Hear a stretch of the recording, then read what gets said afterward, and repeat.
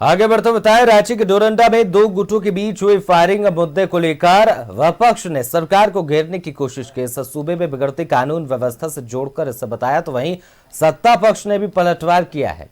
सुनिए। ले लेते हैं, जानकारी नहीं प्राप्त हुआ है, आपके माध्यम से भी जानकारी हो रहा है। इसमें आगे कोई हो, अधिकारी हो, कर्मी हो, पदाधिकारी हो, कोई भी हो, अगर गलत हुआ है तो निश्चित तौर पर जांच होनी चाहिए और जांच में अगर कोई सच्चाई सामने आती है तो उस पर कार्रवाई होगी। सर, परिसीमन को लेकर और हम उनके जो गोली लगी है उनके स्वास्थ्य के लिए हम भगवान से प्रार्थना करते हैं वो बहुत जल्द से जल्द ठीक होकर के अपने घर को वापस जाए। लेकिन ये अबुआ सरकार कहती है कि हम लोग सुरक्षित है, तो कहीं से हमको नहीं लगता है कि अबुआ सरकार ये सुरक्षित है। हमारे झारखंड में अब देखिए, रात में लोग में सोने के टाइम में अमन चैन से आदमी लोग सोता है तो उसमें भी गोलीबारी हो रही है। तो ये लॉ एंड ऑर्डर अबुआ सरकार के में बहुत अपराध दिन पर दिन बढ़ते जा रहा है। हमारे यहाँ हमारे इलाके में हमारे जमगांव विधानसभा में भी गोलीकांड हुई अभी आप देखे होंगे आपका होली में हुई है, तो दुखद बात है, लेकिन इसको सुधारा जाएगा निश्चित रूप से। मान लिया घटनाएं कुछ होती हैं, लेकिन घटना प्रीप्लान का घटना और स्पॉन्टेनियस घटना दोनों में दो अंतर है।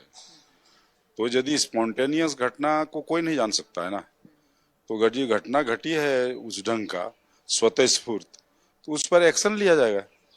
सरकार एक्शन करेगी, कड़ी से कड़ी एक्शन करेगी। अब क्या कहा जाए, रांची में कानून व्यवस्था पर काबू रखने में सरकार का तंत्र सफल नहीं हो पा रहा है। ये दुर्भाग्य की बात है कि घटना करने वाले जो तत्व हैं वो संगठित रूप से रांची में ये सब काम कर रहे हैं।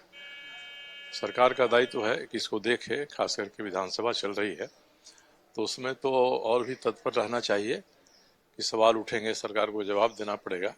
पर अब लगता है कि जो सरकारी तंत्र है उस पर इसका भी कोई असर नहीं पड़ रहा है। नहीं, देखिए, आप सहज आकलन कर सकते हैं, लॉ एंड ऑर्डर नाम का इस राज्य में अब कोई चीज नहीं रह गया। अब राजधानी जिसे सुरक्षित हम समझते हैं, वहां अगर रात में गोलीबारी की घटना होती है, वो भी रात के 12 बजे होती है, अंधेरे में होती है, तो ये काफी दुखद है।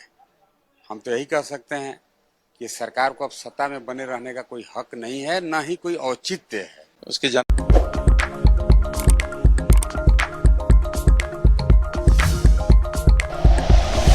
Like and share videos, subscribe करें हमारा चैनल और प्रेस करें बेल आइकॉन। न्यूज़ 11 भारत, सच है तो दिखेगा।